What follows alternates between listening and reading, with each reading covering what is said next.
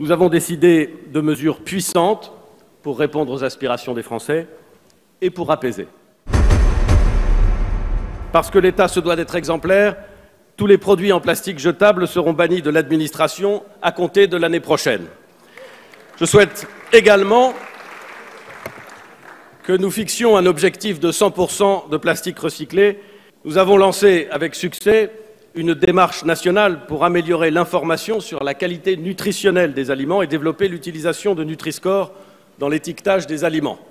Nous la défendrons auprès de la Commission européenne et de nos partenaires afin de rendre le Nutri-Score obligatoire.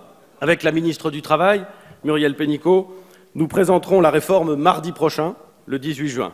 Nous nous fixons plusieurs objectifs. Le premier, c'est de mettre fin au recours abusif aux contrats courts. Dans les 5 à 10 secteurs d'activité qui utilisent le plus souvent ces contrats et qui génèrent de la précarité, nous instaurerons un principe de bonus-malus sur les cotisations d'assurance chômage. Le troisième objectif vise à introduire une dégressivité de l'indemnisation pour les salariés qui perçoivent les salaires les plus élevés et qui sont en mesure de retrouver un emploi plus rapidement que les autres. Nous avons donc décidé d'une baisse d'impôts historique. Au total, sur l'ensemble du quinquennat, les impôts des ménages baisseront de près de 27 milliards d'euros. Je vous confirme que la taxe d'habitation sur les résidences principales sera intégralement supprimée pour l'ensemble des Français. Les 80% des Français les plus modestes bénéficieront dès ce mois de septembre de la suppression du deuxième tiers de la taxe d'habitation et leur taxe sera intégralement supprimée en 2020. Pour les 20% de Français restants, la suppression se déploiera sur les 3 années suivantes. Le taux d'imposition de la première tranche de l'impôt sur le revenu, qui regroupe 12 millions de foyers, sera abaissé de 3 points. Cela représente un gain moyen par foyer de 350 €, soit à ce niveau un tiers de l'impôt en moyenne. C'est massif, c'est clair, c'est net.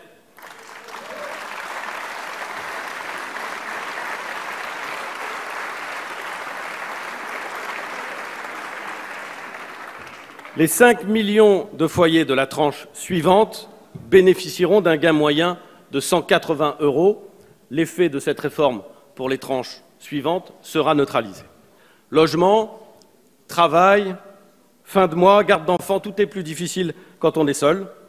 C'est pourquoi, dans le plan pauvreté, nous avons prévu l'ouverture de 30 000 places en crèche et la formation de 600 000 professionnels. Un service unique d'information des familles sera créé en 2020 pour connaître en temps réel les places de crèche et d'assistantes maternelles disponibles. Enfin, dès juin 2020, le gouvernement mettra en place un nouveau système pour protéger les personnes seules contre le risque d'impayés des pensions alimentaires. Ce nouveau système, que nous mettrons en place de manière très progressive, reposera sur un principe simple. Les règles seront les mêmes pour tous. C'est-à-dire qu'1 € cotisé ouvrira les mêmes droits pour tous. Ce système sera plus redistributif, car il réduira l'écart entre les pensions des plus modestes et celles des plus aisés, entre les pensions des hommes et celles des femmes. Il garantira enfin, comme le Président l'a demandé, que les personnes qui ont travaillé toute leur vie ne gagnent pas moins que 85% du SMIC. Nous maintiendrons donc la possibilité d'un départ à 62 ans en ne bougeant pas l'âge légal, mais nous définirons un âge d'équilibre et des incitations à travailler plus longtemps. Ainsi, chacun pourra faire son choix en liberté et en responsabilité. Durant les 12 prochains mois, notre priorité sera de combattre le trafic de stupéfiants qui gangrène des pans entiers de notre territoire. Cela implique d'harceler les points de vente, de neutraliser les échelons de distribution, de faire tomber les têtes de réseau. Nous procéderons aux changements d'organisation nécessaires pour parvenir à ces résultats opérationnels. J'ai également demandé à Christophe Castaner un plan pour lutter contre la violence gratuite. Les Français n'en peuvent plus des coups de couteau donnés pour un mauvais regard, de batailles rangées entre bandes rivales. Nous ne devons plus rien laisser passer. Le projet de loi que le gouvernement s'est engagé à préparer pour tirer les conclusions de ces travaux est prêt. Conformément aux engagements du Président de la République, il autorise le recours à la procréation médicalement assistée pour toutes les femmes. Sur certaines questions,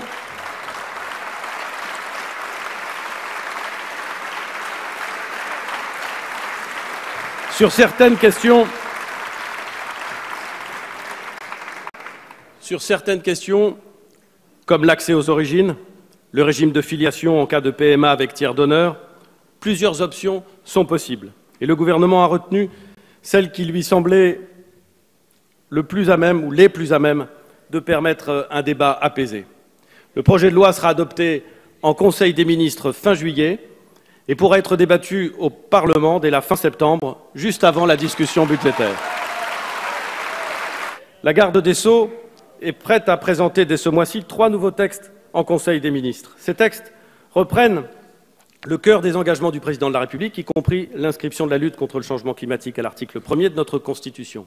Ils sont recentrés sur 3 priorités: les territoires, la participation citoyenne, la justice. Enfin, dès le 1er janvier 2020, nous aurons créé 300 maisons France Service pleinement opérationnelles et d'ici la fin du quinquennat, nous voulons en disposer d'une au moins par canton. Ma conviction, c'est qu'il faut d'abord conforter les maires, qui sont plébiscités par nos concitoyens, pour répondre au sentiment de fracture territoriale. Je vous propose donc de procéder en 2 temps. D'abord, en prenant des mesures pour favoriser l'engagement des maires.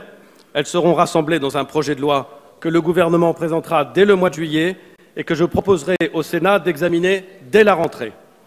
Ensuite, nous devrons accorder avec les élus et leurs représentants, nous devrons nous accorder avec les élus et leurs représentants sur la meilleure méthode pour clarifier le fameux millefeuille territorial.